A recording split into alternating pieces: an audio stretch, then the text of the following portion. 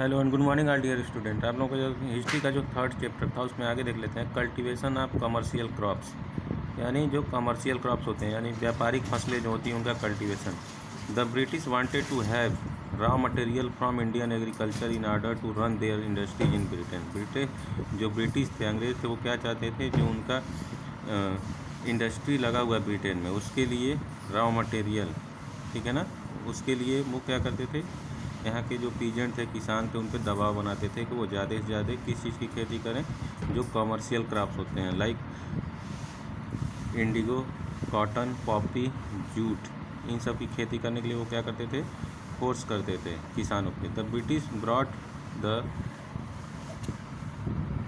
Finished goods back to India and sold them at a high profit. तो और क्या करते थे जो ब्रिटिश थे, ठीक है ना, वो यहाँ से क्रॉप्स जो है कम पैसे में ख़रीद के ले जाते थे और वहाँ पे ब्रिटेन में बहुत ज़्यादा पैसे पे, हाई प्रॉफिट पे, ज़्यादा फ़ायदे पे वो क्या करते थे, उसको बेच देते थे, सोल्ड कर देते थे। This benefited the British greatly but this was not the condition with the Indian peasants and craftsman. इसकी वजह से यहाँ के जो पीजेंट थे, इंडियन पीजेंट किसान थे और क्राफ्टमैन कारीगर थे, उनको बहुत ज़्यादा दिक्कत हो रही थी। अब causes for commercialisation of crops, कौन कौन से काज थे, कारण थे कमर्शियलाइजेशन क्रॉप्स के लिए। Following were the chief causes for the commercialisation of crops. अब जो कमर्शियलाइजेशन ऑफ क्रॉप्स करना चाहते थे ब्रिटिश, उसका क्या क्या कारण था।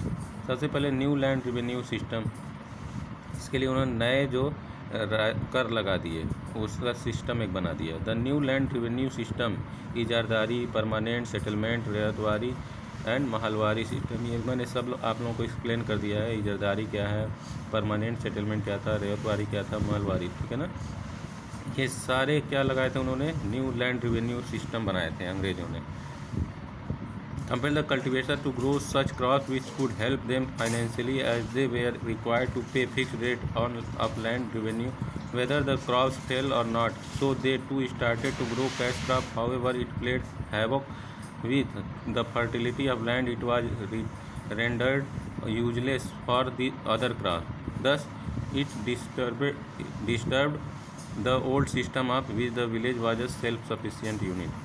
इसकी वजह से जो इन्होंने सारे जो लैंड रेवेन्यू सिस्टम बनाए थे, उससे क्या हो रहा था, उसका एक फिक्स रेट लगा दिया था अंग्रेज़ों ने, और उसके लिए रेवेन्यू वसूलने के लिए।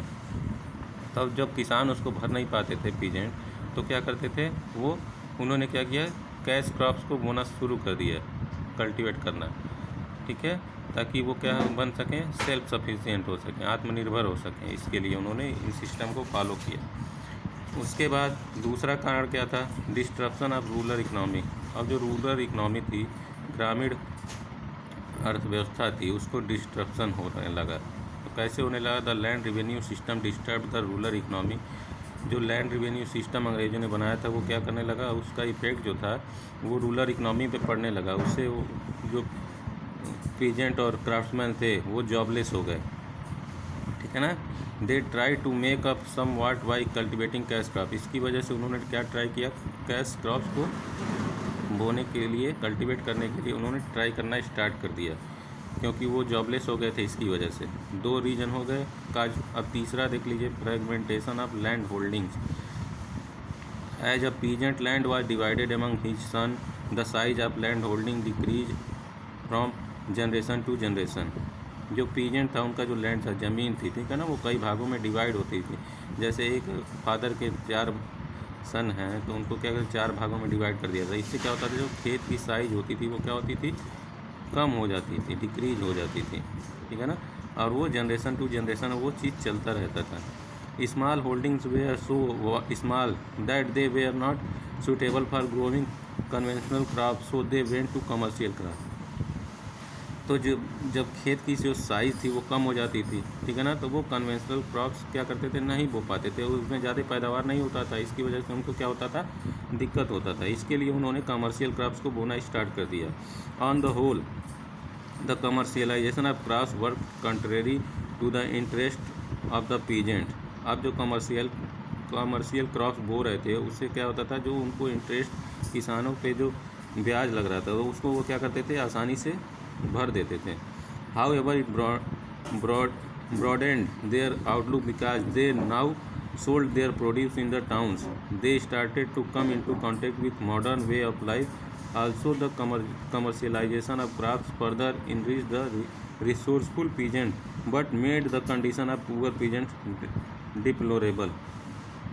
जो कमर्शियल क्रॉप था वो जो बड़े किसान थे, ठीक है ना, जिनके पास बहुत ज़्यादा रिसोर्सफुल थे, यानी जिनके पास बहुत ज़्यादा ज़मीनें थी, उनको क्या होता था, इससे बहुत ज़्यादा प्रॉफिट होता था। और जो जिनके पास कम खेती होती थी, लैंड होता था, वो जो पुअर पीजेंट होते थे, वो उनके लिए क्या था, ये बुरा कंडीशन होता था।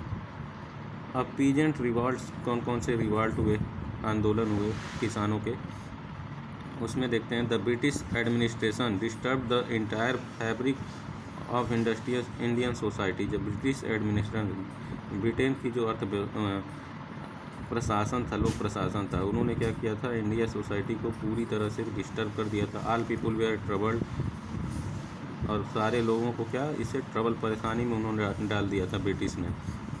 The peasant suffered the most, इसमें सबसे ज़्यादा कौन सफर्ड हो रहा था, जो पीजेंट थे, किसान थे। The system of land revenue were very prejudiced against the interest of common peasants, and it deteriorated their condition. Besides the land revenue system, their crops too were destroyed due to machine-made goods from the British industry. अब इसका जो condition था यहाँ के peasant का, वो बहुत ही क्या था, प्रीजुडिस, यानी बहुत चिंताजनक हो गया था, ठीक है ना, क्योंकि वो इंटरेस्ट जो था, जो ब्याज था, वो भर नहीं पाते थे। इसकी वजह से उनका कंडीशन क्या हो गया था, बहुत ही बेकार हो गया था। और उन्होंने जब ब्रिटिश जो अपना मशीन में गुड्स बनाने लगे, तो किसानों को भी क्या होने लगा, तब उसके बाद भी दिक्कत होने लगा। जब उन्होंने मशीन लाके काम करने लगे, तो जो जॉब था वो क्या हो गया, चला गया लोगों का। The peasant were adversely affected due to the because they work as craftsman in their free time. जो पीजेंट थे और क्राफ्ट्समैन थे, ठीक है ना, वो उनका जो